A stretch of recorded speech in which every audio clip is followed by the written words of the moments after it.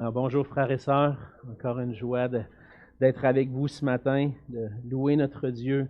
Chaque dimanche, je ne peux pas m'empêcher de dire merci Seigneur pour cette joie d'être ensemble, d'entendre les chœurs, les voix chanter la gloire du Seigneur. Et je partageais un frère euh, ce matin que je pense qu'il n'y a pas rien de plus encourageant pour notre foi. Certainement, la parole de Dieu est encourageante, mais d'être ensemble puis d'entendre tous les cœurs, toutes les voix chanter la gloire de Dieu, c'est un encouragement de dire hey, je ne suis pas tout seul. Je ne suis pas tout seul à louer Dieu. Je ne suis pas tout seul à être chrétien puis à marcher avec le Seigneur puis à trouver ça bon de louer le Seigneur Jésus.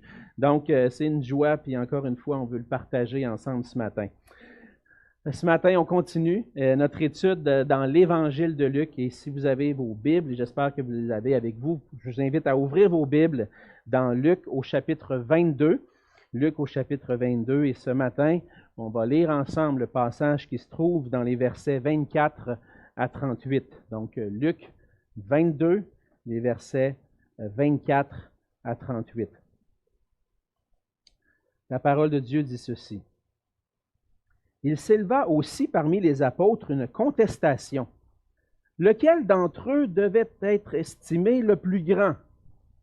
Jésus leur dit, les rois des nations les maîtrisent, et ceux qui les dominent sont appelés bienfaiteurs. Qu'il n'en soit pas de même pour vous, bien que le plus grand parmi vous soit mais que le plus grand parmi vous soit comme le plus petit, et celui qui gouverne comme celui qui sert. Car quel est le plus grand? Celui qui est à table ou celui qui sert? N'est-ce pas celui qui est à table? Et moi, cependant, je suis au milieu de vous comme celui qui sert. Vous, vous êtes ceux qui avez persévéré avec moi dans mes épreuves. C'est pourquoi je dispose du royaume en votre faveur, comme mon Père en a disposé en ma faveur, afin que vous mangiez et buviez à ma table dans mon royaume, et que vous soyez assis sur des trônes pour juger les 12 tribus d'Israël. Le Seigneur dit, Simon, Simon, Satan vous a réclamé pour vous cribler comme le froment, mais j'ai prié pour toi, afin que ta foi ne défaille point. Et toi, quand tu seras revenu, affermis tes frères. Seigneur, lui dit Pierre, je suis prêt à aller avec toi et en prison et à la mort. Et Jésus dit, Pierre, je te le dis, le coq ne chantera pas aujourd'hui que tu n'aies nié 3 fois de me connaître. Il leur dit encore, quand je vous ai envoyé sans bourse, sans sac et sans souliers, avez-vous manqué de quelque chose? Ils répondirent, de rien. Et il leur dit, maintenant, au contraire, que celui qui a une bourse la prenne, que celui qui a un sac le prenne également, et que celui qui n'a point d'épée vende son vêtement et achète une épée. Car je vous le dis, il faut que cette parole qui est écrite s'accomplisse en moi. Il a été mis au nombre des malfaiteurs. Et ce qui me concerne est sur le point d'arriver. Ils dirent, Seigneur, voici 2 épées. Et il leur dit, cela suffit. On va se courber dans un mot de prière. Oui, Seigneur Jésus, on vient devant toi ce matin, encore une fois, pour à nouveau, avec un désir de t'entendre, Seigneur, d'entendre ta parole à travers cette lecture et à travers ce message qui va venir. Seigneur Jésus, comme on l'a chanté ce matin, notre plus cher désir, c'est de t'honorer, de t'aimer. Et on te prie, Seigneur, que tu puisses venir régner en nous, régner sur nos cœurs. Comme on l'a vu à plusieurs reprises dans l'Évangile de Luc, Seigneur Jésus, c'est toi le roi. C'est toi le roi qui est souverain sur toutes choses. C'est toi qui es venu, le roi qui est venu pour nous sauver, pour chercher et sauver ce qui est perdu. Et Seigneur, un jour, on a reconnu en toi notre Sauveur, notre Seigneur. Et on te prie que ce matin, ta voix puisse se faire entendre à nos cœurs afin qu'on puisse apprendre à t'honorer et te glorifier parce que tu es digne, Seigneur Jésus. Seigneur, puisses-tu être avec ma bouche ce matin encore une fois. Je te prie, Seigneur, pour ta grâce, pour ton esprit, que ton esprit en moi puisse communiquer clairement ces paroles que tu as dit à tes apôtres avant ta mort, Seigneur, et que à travers ces paroles, on puisse apprendre, nous aussi, à marcher pour toi et pour ta gloire. Bénis ce temps dans ta parole, Seigneur. Fais-nous du bien. Que ton nom soit glorifié dans nos vies. Et c'est dans le nom de Jésus que je te prie. Amen. Amen. De plusieurs façons dans notre société, on aime souligner le travail de dirigeants ou de leaders dans différents domaines. Parfois, dans les entreprises, on va remettre des bonus, des récompenses à certains dirigeants ou à même des employés qui, dans les organisations, vont avoir réussi à faire profiter d'une certaine manière l'organisation. Si on prend, par exemple, les joueurs professionnels, entre autres au hockey, si on a un bon joueur, qu'on fait signer un contrat, on va vouloir honorer s'il a compté un certain nombre de buts pendant la saison avec un bonus. Mais c'est la même chose dans les entreprises. On veut honorer ceux qui travaillent, ceux qui contribuent à faire profiter l'entreprise. D'autres façons, c'est d'honorer à travers des prix qui vont être décernés. On va décerner des prix à ceux qui auront eu une bonne influence dans différents domaines. C'est le cas, entre autres, de ce qu'on appelle le prix Nobel. Les prix Nobel qui sont remis chaque année, et je cite pour quelles raisons ils sont donnés, et qui vient de M. Alfred Nobel lui-même. Il dit, on veut les remettre chaque année à ceux qui ont le plus contribué au bénéfice de l'humanité. Donc, on a mis en place un prix Nobel de physique, de chimie, de médecine, de littérature, de paix, pour souligner le leadership de certains gens dans notre société, dans notre monde, dans certains domaines. Toutes les entreprises, toutes les institutions, les organisations et même toute la société ont besoin de personnes qui vont diriger et chercher à unir les efforts de tous pour accomplir la mission. Les organisations cherchent les meilleurs leaders pour que leur organisation soit la plus profitable, pour réussir à avancer dans cette mission qu'ils se sont donnée. On cherche les personnes avec des qualités, parfois. Dans notre culture, on cherche des visionnaires, des gestionnaires qui pourront avoir du succès.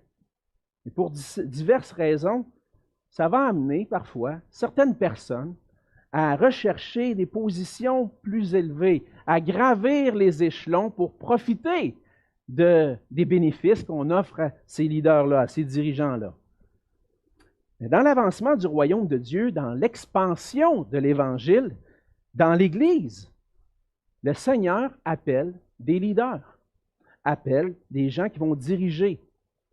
Les leaders dans l'Église locale, les disciples de Jésus-Christ, ont besoin, par contre, non d'une vision selon le monde, mais d'une vision biblique de ce que c'est le leadership, de ce que c'est servir pour pouvoir accomplir et être un témoignage dans la mission de Jésus-Christ.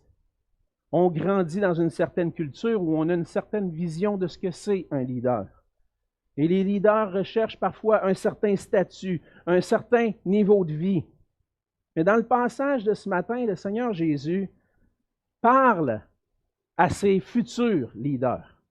Il parle à ses apôtres. On est dans le contexte du dernier repas de Jésus, à la toute fin de son ministère sur la terre, avant d'être livré en sacrifice. Jésus va prendre du temps avec ses apôtres. Il va célébrer la Pâque, comme on a vu la semaine dernière. Mais alors qu'ils sont en train de célébrer la Pâque, en train d'entendre la signification de ce que Jésus va accomplir, il se lève une contestation parmi les apôtres. Alors Jésus va prendre le temps d'aborder ce problème-là, parce qu'il y a comme une discussion vive parmi les apôtres, et le Seigneur veut aborder le problème. Le problème des apôtres, on trouve dans la compréhension de ce que concerne le royaume de Dieu. Plus particulièrement, il va aborder le problème avec ses futurs leaders de l'Église concernant la position qu'ils vont avoir dans le royaume de Dieu et la façon dont ils devraient accomplir la mission de Jésus-Christ. Et en abordant ces problèmes-là, qu'on voit dans le passage, on apprend pour nous aussi aujourd'hui que dans le royaume de Dieu, le vrai leader est un serviteur prêt pour le combat spirituel. On pourrait dire aussi que le disciple peut apprendre de Jésus, peut apprendre du leader modèle. Et tout disciple de Jésus-Christ, qu'il soit appelé leader ou non, a à apprendre. Mais particulièrement lorsqu'on voit ce passage-là, Jésus est en train de communiquer à ses futurs dirigeants. Qu'est-ce que c'est le vrai leadership? Et on voit premièrement dans les versets 24 à 38 que le vrai leader, le leader dans le royaume de Dieu, c'est un serviteur comme Jésus-Christ. On voit dans le verset 24 que les apôtres commencent à avoir une contestation. Qui va être estimé le plus grand? Alors que Jésus est en train de leur dire, alors que Jésus est en train de célébrer avec eux le repas du Seigneur, est en train de leur dire, voici mon corps qui est livré pour vous, voici mon sang qui est répandu. Alors que Jésus est en train de démontrer, manifester l'humilité dans ce repas-là, les disciples, eux, sont sur un autre sujet complètement. Jésus s'en va à la croix, il parle de sa souffrance, puis eux autres, ils pensent déjà à quelle position ils vont avoir dans le royaume de Dieu. C'est qui doit être estimé le plus grand parmi nous? Puis là, on se met à discuter de ça alors que Jésus va être arrêté dans quelques heures, puis il va être livré à la croix. Je me mets dans la peau de Jésus, me dis, hey, quelle gang de cabochons que j'ai en avant de moi.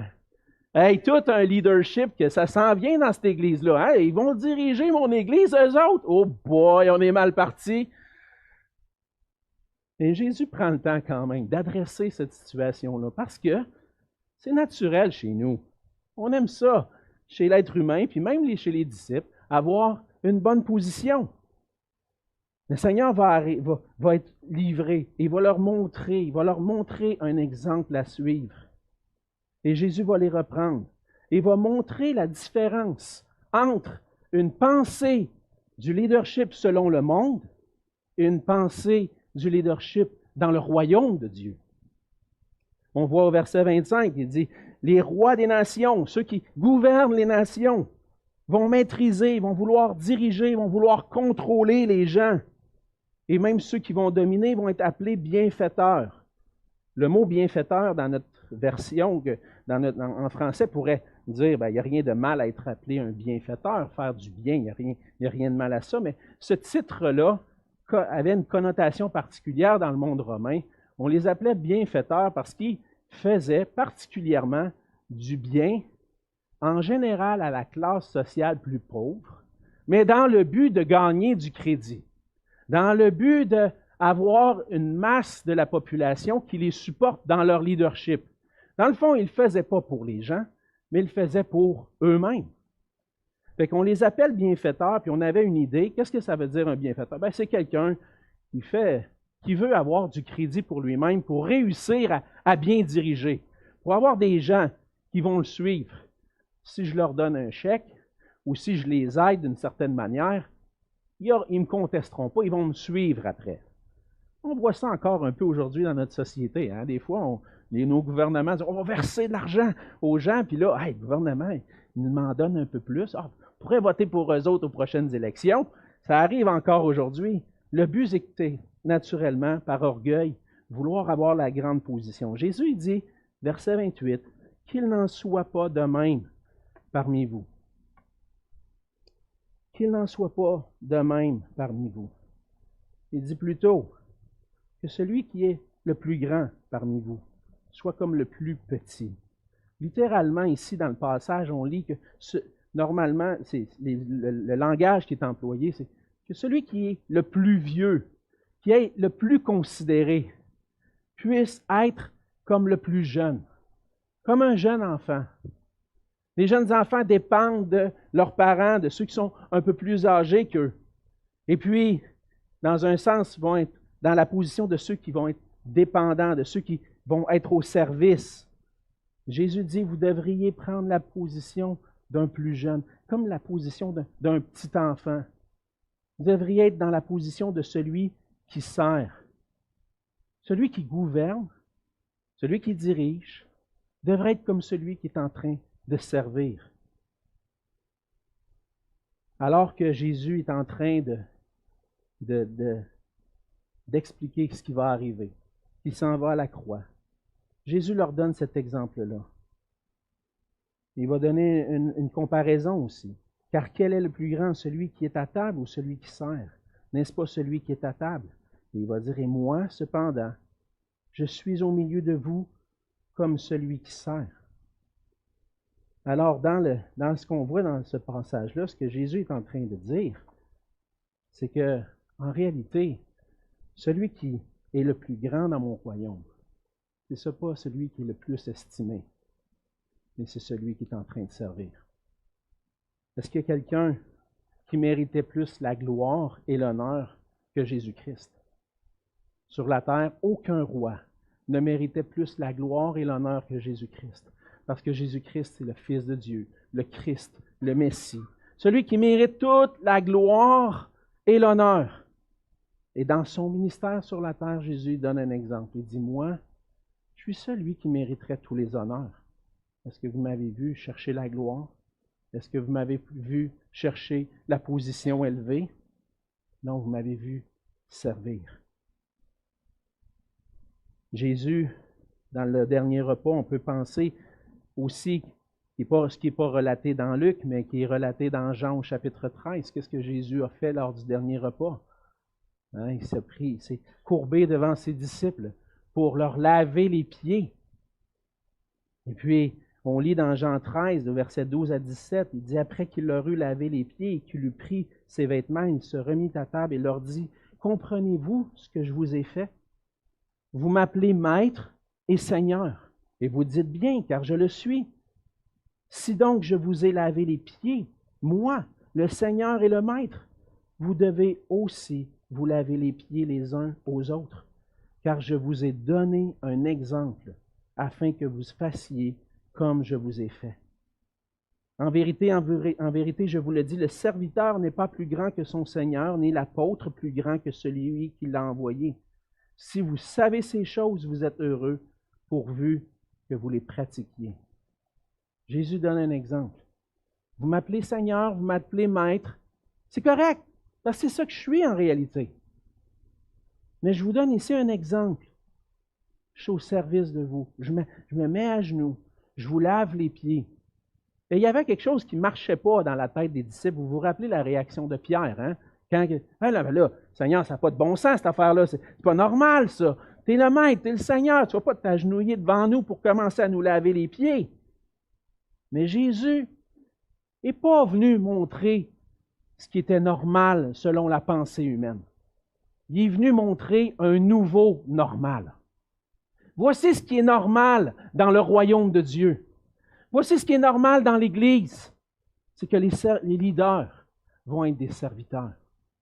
Et qu'est-ce que Jésus enseigne à travers ça?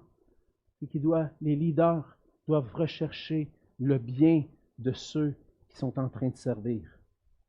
Non seulement Jésus a lavé les pieds de ses disciples, mais il est venu jusqu'à donner sa vie en rançon pour nos péchés. Dans Marc 10, au verset 45, « Car le Fils de l'homme est venu non pour être servi, mais pour servir et donner sa vie comme la rançon de beaucoup. » Jésus vient jusqu'à donner sa vie, jusqu'à s'humilier en étant cloué sur la croix. Il vient donner sa vie pour des pécheurs, des gens qui ne méritent rien. Et tout ce qu'ils méritent, c'est une condamnation éternelle à cause du péché, à cause de leur rébellion envers Dieu. Et Jésus, par obéissance au Père, pour la gloire du Père, vient, s'abaisse et donne sa vie pour ses ennemis. Il vient servir en donnant sa vie afin de faire grâce à des pécheurs comme vous et moi. Ça, c'est le leadership dans le royaume de Dieu. Dans le royaume de Dieu, le roi, Jésus-Christ, ne nous empêche pas d'avoir des personnes qui vont diriger. Il va donner un mandat à ses apôtres. Puis il va même, par la suite, dire, dans l'Église, ça prend une organisation, ça prend des gens qui vont conduire, qui vont diriger l'Église. Mais ils ne vont pas diriger l'Église de la même façon que le monde. Ils ne vont pas chercher à dominer sur eux. Ils ne vont pas chercher à avoir le contrôle. Mais ils vont agir comme Jésus. Et c'est pour ça que dans notre service, on doit chercher à grandir dans un service qui est dévoué pour le Seigneur et pour les autres. Je ne suis pas en train de chercher mon propre intérêt. Le Seigneur a appelé ses apôtres. Il les a formés pour qu'ils soient des leaders, pour qu'ils puissent mettre en place et faire la mission, puis mettre en place, organiser l'Église. C'est ça le royaume de Dieu. L'Église est la manifestation visible dans le monde aujourd'hui du royaume de Dieu, que le royaume de Dieu est là. Et le Seigneur Jésus-Christ est le roi qui dirige ce royaume-là. Mais il appelle les leaders à se soumettre à lui dans l'humilité pour proclamer l'Évangile et pour servir les frères et sœurs. Les apôtres ne devaient pas chercher leur gloire, mais la gloire de Christ en suivant le modèle de Jésus-Christ. Après la Pentecôte, leur cœur a été transformé. Ils ont reçu le Saint-Esprit, puis on voit dans le livre des Actes que leur attitude était différente avant la mort et la résurrection de Jésus, puis après avoir reçu le Saint-Esprit. Le Seigneur a changé leur cœur. Ils n'étaient pas parfaits. On voit que certains leaders font des erreurs aussi. On le voit, entre autres, Paul qui reprend Pierre dans Galates. Ils ne sont pas parfaits, mais leur cœur est changé. Qu'est-ce qu'ils recherchent? C'est la gloire de Christ. Et ça, c'est une chose qu'on doit retenir. Qu'on soit leader ou non, qu'on soit un leader dans l'Église, que le Seigneur nous appelle ou non au leadership. On est des disciples qui suivent le Maître. Et le danger dans le royaume de Dieu, c'est d'oublier qui je suis en train de servir. On oublie parfois qu'on n'est pas là pour se servir nous-mêmes, mais pour servir Jésus-Christ. Et il y a plusieurs raisons pour ça. On a besoin d'examiner nos cœurs parce que des fois, par orgueil, on dit, moi, je pense que je suis la bonne personne pour ça. Je devrais être nommé diacre, moi. Je devrais être nommé ancien. Je devrais être pasteur principal parce que moi, je sais comment diriger, je sais comment faire. Puis je sais qu'en même temps, tu sais, il y a un petit crédit à une valorisation, une petite réputation associée à ça. Puis qu'est-ce que je recherche? Je recherche à nourrir mon propre orgueil, valoriser ma réputation. Des fois, c'est pour contrôler aussi, malheureusement. Des fois, je peux, par orgueil, choisir ce qui me tente. Je vois des besoins autour de moi. Il y a plein de besoins dans l'Église, mais non, moi, ça ne me tente pas de ça. Non, ça, c'est pas pour moi, ça. J'entendais récemment une sœur qui me partageait qu'elle connaissait quelqu'un qui était surprise de voir qu'un pasteur pouvait servir le repas du Seigneur. Parce que dans sa culture, ça ne se fait pas, ça. Ça ne se fait pas de voir un pasteur en train de servir le repas du Seigneur. Non, les pasteurs, eux, dans certaines cultures, dans certaines églises, même encore aujourd'hui, c'est trop bas pour eux, ça, servir le repas du Seigneur. Non, ils veulent avoir un certain prestige, une certaine réputation. Mais dans le service de Christ, je dois m'oublier moi-même pour servir les autres. Fait que si je vois des besoins dans l'Église, si je vois des besoins particuliers, est-ce que je dis, je vais choisir ce qui va me valoriser, ce qui va me donner une meilleure réputation, ou est-ce que je vais être là pour répondre aux besoins? Le Seigneur Jésus dit, faites comme moi. D'après vous, est-ce que, humainement parlant, ça y tentait à Jésus de se pencher et de laver les pieds sales de ses disciples? Ça ne devait pas y tenter ben. Moi, j'avais un frère que, quand il était adolescent, les hormones travaillaient, puis quand il enlevait ses souliers, éloignez-vous de là. Excuse-moi, David, si jamais tu m'écoutes un jour, je m'excuse à l'avance d'avoir dit ça. Mon frère, on s'entend très bien, lui et moi.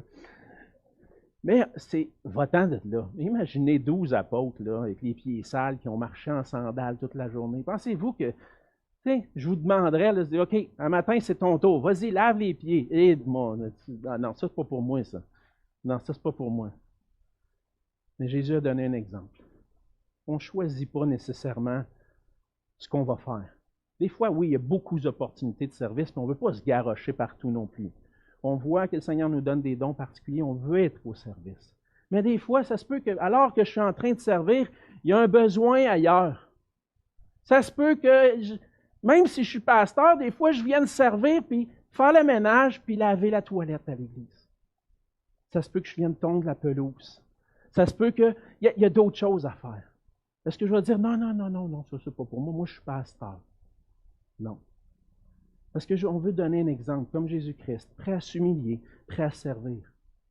On a besoin d'être attentif aux besoins des frères et sœurs, puis exercer un leadership, un amour qui va chercher leurs intérêts. Alors, 3 indices pour ceux qui peut-être aspirent au leadership dans l'Église. Trois éléments que je pense qu'on a besoin qu'on apprend dans ce passage. Premièrement, un leader, c'est quelqu'un qui a les yeux ouverts. Il ne ferme pas les yeux devant les besoins. Il voit les besoins. Il dit comment on peut faire. Puis peut-être que ça va être moi qui va répondre aux besoins, puis je vais former une relève par la suite. Mais c'est quelqu'un qui a les yeux ouverts, qui cherche à aimer et prendre soin. Comment est-ce que je peux le mieux aimer mes frères et sœurs? Un leader, c'est quelqu'un qui cherche à encourager, à suivre Jésus et à lui ressembler. Donc, si je veux être un leader dans l'Église, si je veux être un disciple qui en forme d'autres, j'ai besoin de ressembler à Jésus et pas chercher mon intérêt, mais celui de mes frères et sœurs. Dans le royaume de Dieu, les vrais leaders, ce sont ceux qui ne cherchent pas à diriger, mais qui cherchent à servir comme Jésus-Christ. Et ce que le Seigneur Jésus va dire, on n'aura pas le temps d'aller dans tous les détails de la suite, mais il dit au verset 28, « Vous êtes ceux qui avez persévéré avec moi dans mes épreuves. C'est pourquoi je dispose du royaume en votre faveur, comme mon Père en a disposé en ma faveur. » Moi, je vois la grâce de Jésus dans ça. Les disciples qui cherchent à dire, c'est qui le plus grand, c'est moi qui vais être le plus grand. Le Seigneur dit, non, c'est pas comme ça que ça fonctionne. Si tu veux être le plus grand, sois le plus petit. Si tu es parmi ceux qui dirigent, sois celui qui sert. Mais il y a une récompense. Ah, vous m'avez accompagné, mes apôtres, vous m'avez accompagné dans les épreuves que j'ai traversées pendant mon ministère. Puis, vous allez goûter au royaume de Dieu. Je vous fais grâce. Vous n'êtes pas parfait. Vous allez beaucoup de choses, j'ai besoin de transformer en vous, mais je vous fais grâce, vous allez participer à mon œuvre. Et même plus que ça, il dit, vous allez manger et boire à ma table dans mon royaume. Et vous allez être assis sur des trônes. Je vais vous donner une position, pas celle que vous pensez que vous méritez. Vous allez avoir celle que je vais vous donner. Des trônes pour juger les 12 tribus d'Israël. En fait, ce qu'on voit dans ça, c'est Jésus, c'est lui le roi. C'est lui qui dirige. C'est qui le plus grand dans le royaume de Dieu? C'est Jésus. Et nous, on est ses serviteurs, là pour le servir. Premièrement, c'est ce qu'on voit dans le passage. Le vrai leader, c'est un serviteur comme Jésus. Deuxièmement, on voit qu'un leader doit s'appuyer en tout temps sur le Seigneur. Et quand je parle de leader, je vois vraiment un élément que les leaders doivent apprendre, mais je pense que tous les disciples doivent apprendre ça aussi. Les disciples de Jésus doivent apprendre à s'appuyer en tout temps sur le Seigneur. Parce que l'ennemi est à l'œuvre pour amener les disciples à abandonner la foi. Le Seigneur va s'adresser à ses disciples, plus particulièrement à Pierre. Et il va dire « Simon, Simon ». Et ce qui est intéressant, c'est le fait que le Seigneur, plutôt que d'appeler Pierre, avec son nouveau nom, il l'appelle Simon. Comme Simon, c'est comme son ancienne vie avant de connaître Jésus.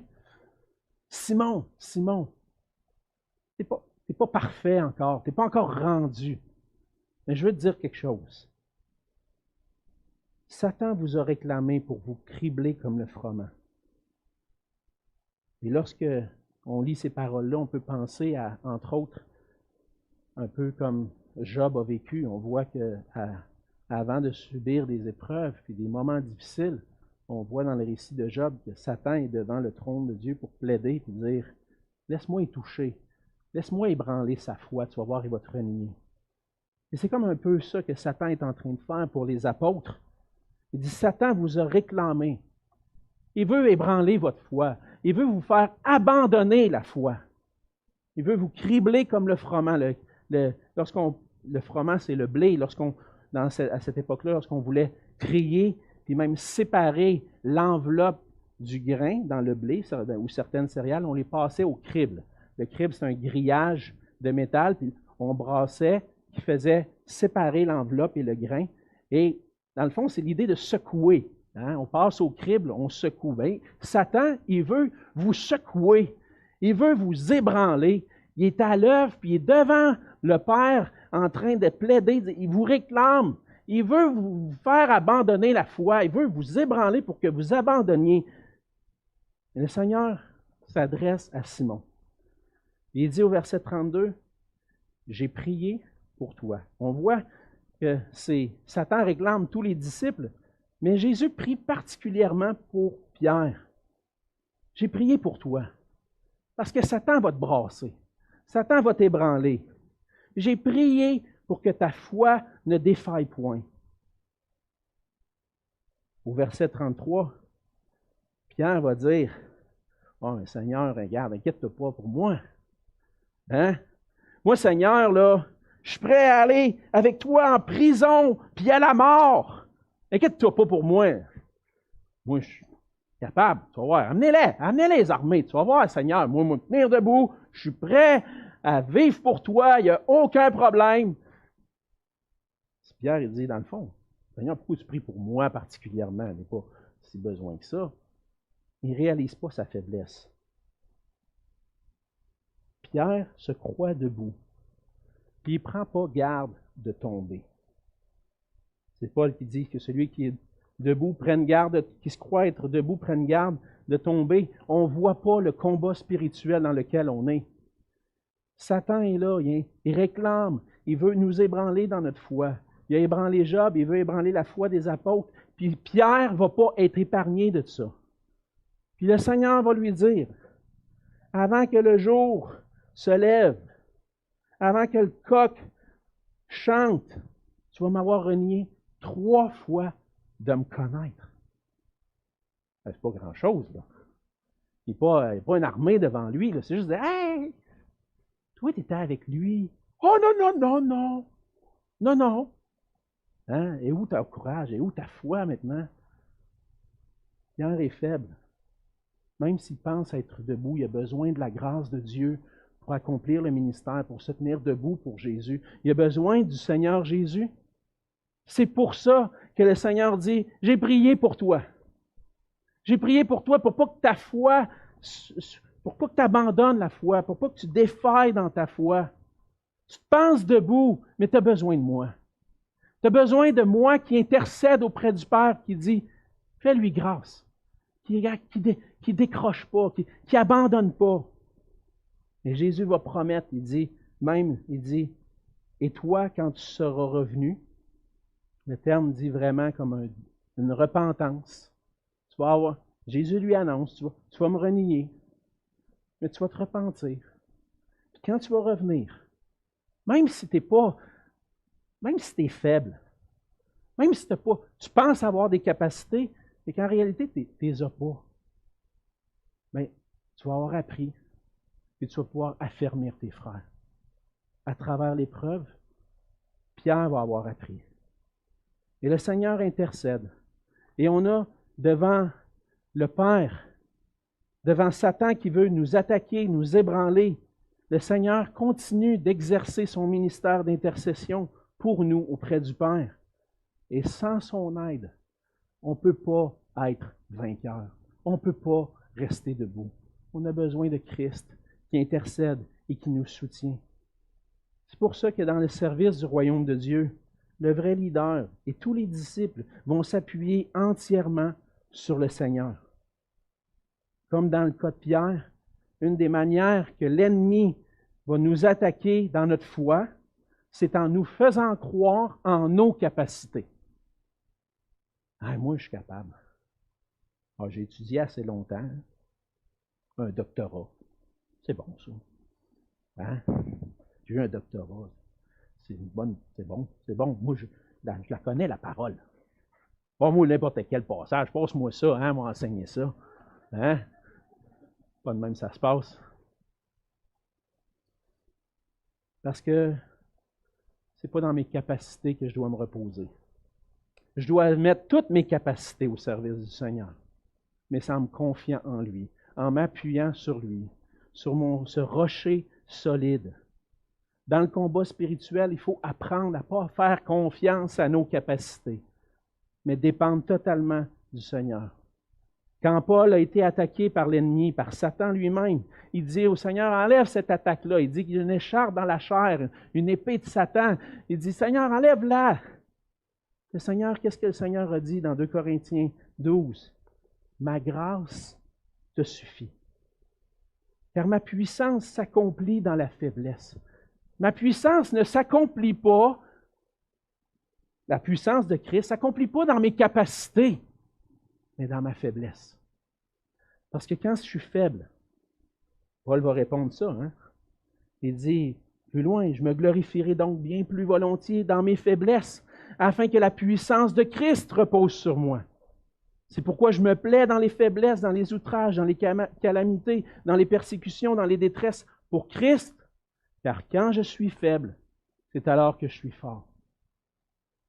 Quand j'oublie mes capacités, quand je me confie plus dans mes capacités, puis je me dis, j'arrive au point que je dis, non, moi je suis faible. Je suis qui, moi, pour œuvrer dans le royaume de Dieu, pour appeler des gens à aller à croire en Jésus-Christ, pour qu'il y ait des conversions. Je suis qui, moi? Je suis rien. Juste un porte-voix.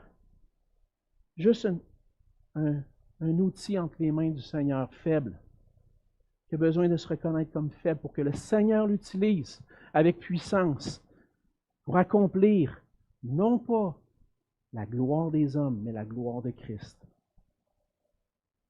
Et comme Pierre avait besoin du Seigneur dans l'adversité pour le combat spirituel qu'on vit au quotidien, nous avons, nous aussi, besoin de la grâce de Dieu.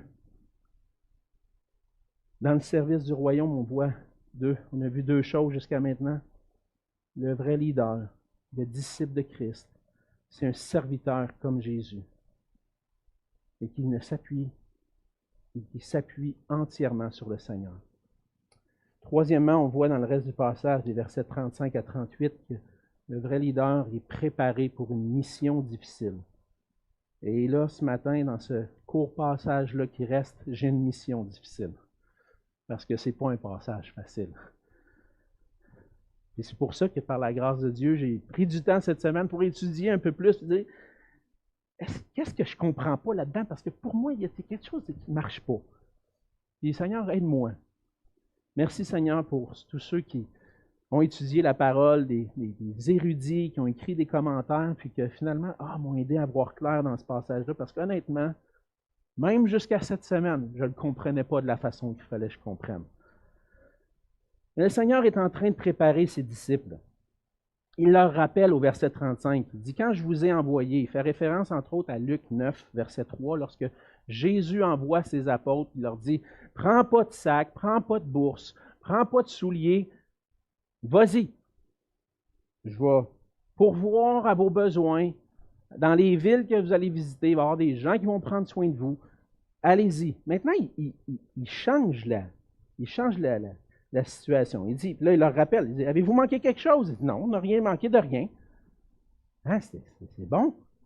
Il dit, « Maintenant, je vous dis le contraire. » Là, tu dis, « Mais Seigneur, pourquoi tu lui dis ça? » Que celui qui a une bourse la prenne, que celui qui a un sac le prenne également. Et même, tu vas plus loin, tu vas leur dire que celui qui n'a pas d'épée, vende son vêtement et achète une épée. Là, tu te dis, Seigneur, là, plus tard, tu vas dire à Pierre de ranger son épée, qu'il n'a pas besoin d'épée. Pourquoi tu dis ça, là? En fait, la réalité, c'est que dans ces temps-là, lorsque les gens voyageaient, il y avait souvent des brigands sur les chemins.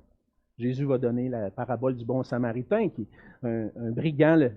Les brigands vont rencontrer un homme qui va être battu, puis le bon samaritain va venir prendre soin. Mais sur les chemins, c'était difficile. C'était la manière normale de voyager avec une épée, pas pour l'utiliser pour attaquer, mais plutôt comme je peux me défendre. Je peux me défendre.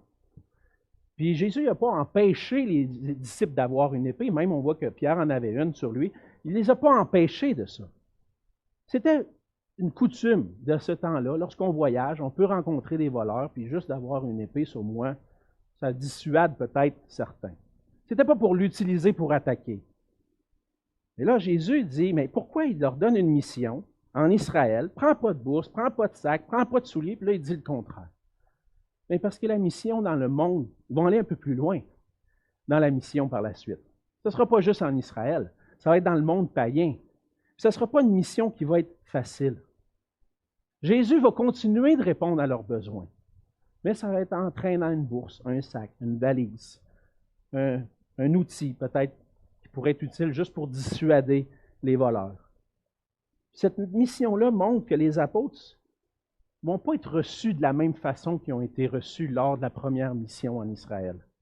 Ils parcouraient les villes et les villages. Il y avait déjà des gens, probablement, dans certaines villes, qui avaient entendu parler de Jésus, qui étaient favorables à accueillir les apôtres, à prendre soin d'eux, à exercer l'hospitalité. Mais là, ça ne sera pas la même chose. La mission va être difficile. Ça va être une mission qui va être un peu plus hostile, parce qu'il y a un combat spirituel. Puis à cause de ça, ils vont avoir à faire face à l'hostilité, la persécution. Et le Seigneur prépare ses disciples à cette mission-là difficile, puis il leur donne la raison pour ça, en citant le prophète Ésaïe. Il va dire la raison pourquoi la mission va être difficile. Alors il dit, verset 37, « Car je vous le dis, il faut que cette parole qui est écrite s'accomplisse en moi. Il a été mis au nombre des malfaiteurs. Et ce qui me concerne est sur le point d'arriver. » En venant sur la terre, Jésus est venu annoncer des choses aux gens. Il est venu annoncer des choses que les gens ne voulaient pas entendre. Ils ne voulaient pas entendre parler qu'ils étaient dans l'erreur, qu'ils ne comprenaient pas bien les Écritures, qu'ils avaient besoin d'une repentance, de se tourner vers Dieu. Non, nous autres, on marche avec Dieu. C'est quoi ton problème, toi? Il disait, tu as besoin d'une repentance. Si tu ne te repens pas, tu vas périr. Mais il ne voulait pas, il a prêché à des gens qui ne voulaient pas croire qu'il était le Messie, qu'il était celui qui était sauvé. En annonçant l'Évangile, Jésus annonçait ce que les gens ne voulaient pas entendre. Ils ont commencé à le traiter comme un méchant. Il a été mis au nombre des malfaiteurs. Sur la croix, Jésus a été mis au nombre des brigands, des meurtriers, des voleurs. On lui a infligé le châtiment que méritaient des meurtriers, des brigands. Il a été mis au nombre des malfaiteurs, de ceux qu'on considérait comme méchants. Les serviteurs de Jésus-Christ doivent savoir que dans la mission de Jésus, ils vont être eux aussi, comme leur maître, mis au nombre des malfaiteurs. Ils vont être eux aussi en train d'annoncer quelque chose que les gens ne veulent pas entendre. La repentance des péchés et le pardon en Jésus-Christ seul, la foi en Jésus-Christ seul. La mission que le Seigneur nous confie, ce n'est pas une mission facile, puis on va être considérés comme des malfaiteurs. Dans notre société a beaucoup changé. Hein? Notre pays qui a été fondé sur des valeurs judéo-chrétiennes, sur la foi en Dieu. Pour plusieurs raisons, dans notre société, on a rejeté ce fondement-là judéo-chrétien. Évidemment, l'Église n'a pas toujours été sans reproche. On est forcé d'admettre qu'il y a eu des abus. Puis on en entend encore parler aujourd'hui de ça. Encore aujourd'hui, on entend parler de scandales. Mais notre société, avec les scandales qu'il y a eu, avec l'Église qui est reliée à la foi, elle a abandonné sa valeur qui était de foi trempée. Maintenant, au nom de l'amour, on accepte tout ce qui était autrefois considéré comme immoral. Je vais donner plein d'exemples. L'immoralité sexuelle aujourd'hui. Dans le temps, ce n'est pas permis un homme et une femme d'habiter ensemble avant leur mariage. Ils devaient suivre ce que les Écritures enseignent. L'homme va quitter son père et sa mère, s'attacher à sa femme, ils vont devenir une seule chair, ils vont se marier, puis ils vont habiter ensemble. Avec le temps, ça a commencé à s'effriter. On n'a pas besoin de se marier. On va habiter ensemble. C'est correct. C'est la même affaire, de toute façon. Puis, par la suite, d'autres sortes d'immoralité, l'adultère,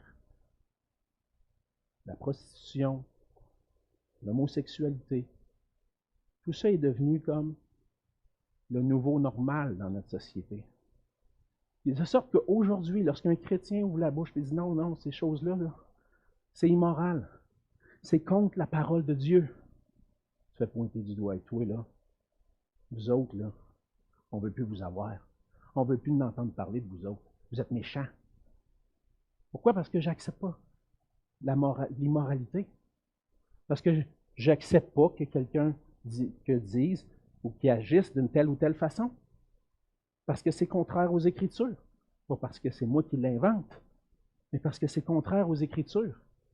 Et aujourd'hui, on va être pointé du doigt pour certaines choses qui parfois étaient normales dans le passé. On va être mis au nombre des malfaiteurs. Et comprenez-moi bien, c'est pas parce que je suis dans ma façon de penser contre une idée ou une opinion quelconque que j'aime pas la personne. On aime les gens. Peu importe leur orientation sexuelle, leur identité de genre, le Seigneur nous appelle à aimer et à apporter l'Évangile à ces gens-là aussi. Mais est-ce que je suis d'accord sur le point de vue moral? Non.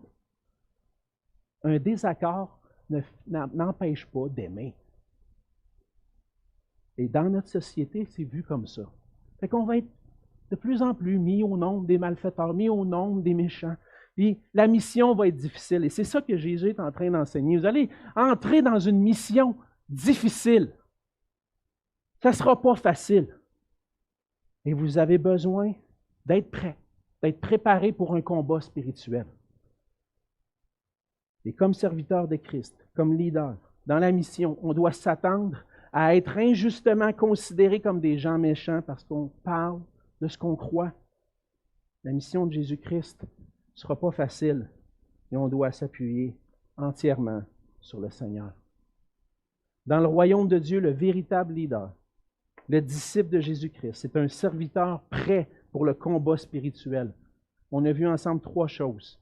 C'est un serviteur comme Jésus, qui doit s'appuyer sur son Seigneur en tout temps. Et troisièmement, il est préparé pour une mission difficile. Le Seigneur appelle son Église encore aujourd'hui à former, à préparer des leaders.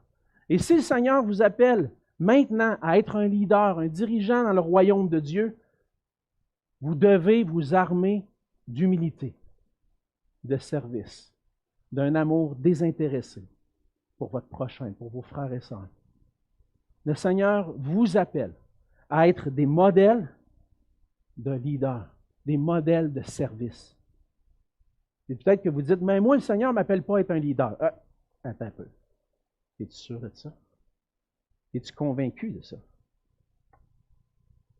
Que le Seigneur ne t'appellera jamais à exercer un leadership dans l'Église. Moi, quand j'étais plus jeune, je ne m'attendais jamais à devenir pasteur. Je me voyais peut-être diriger à un certain moment une épicerie, comme mon père a fait, diriger un supermarché, être un entrepreneur, d'autres moments, travailler dans l'informatique, puis développement des technologies, tout ça. Mais un jour, le Seigneur dit, hey, toi, mon petit pit, tu vas venir ici. Et tu vas venir me servir.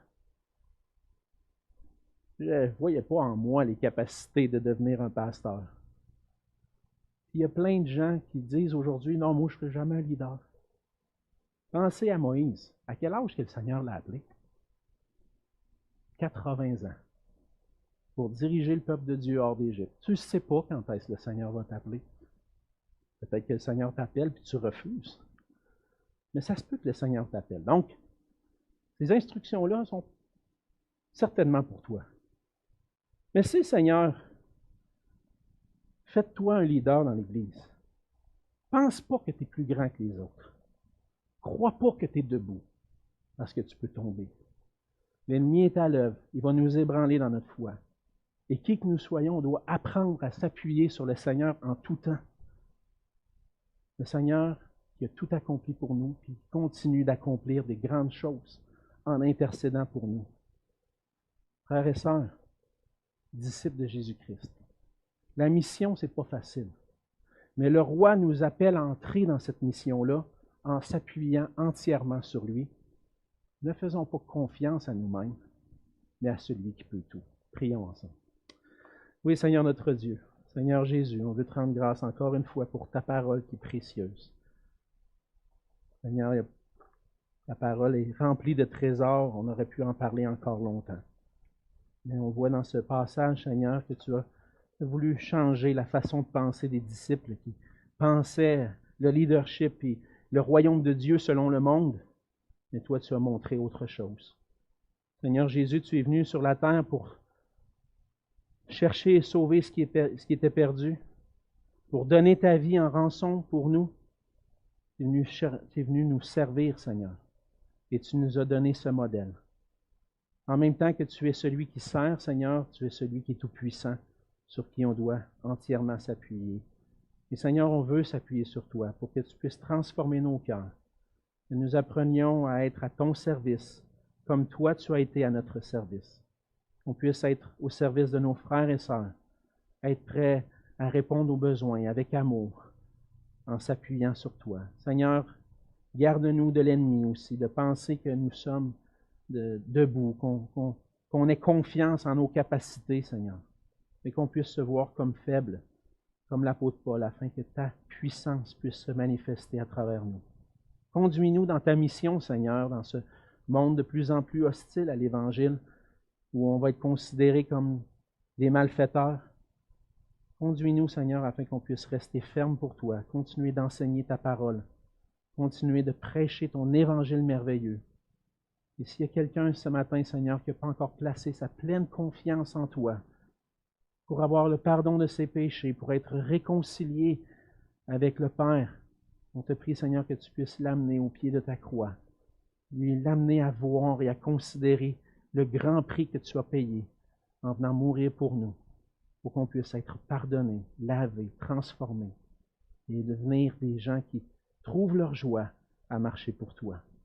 Seigneur, conduis-nous, chacun d'entre nous aussi, au pied de ta croix, pour qu'on puisse saisir cette grâce et chaque jour marcher comme des serviteurs du roi des rois. Et c'est dans ton précieux nom que je te prie. Amen.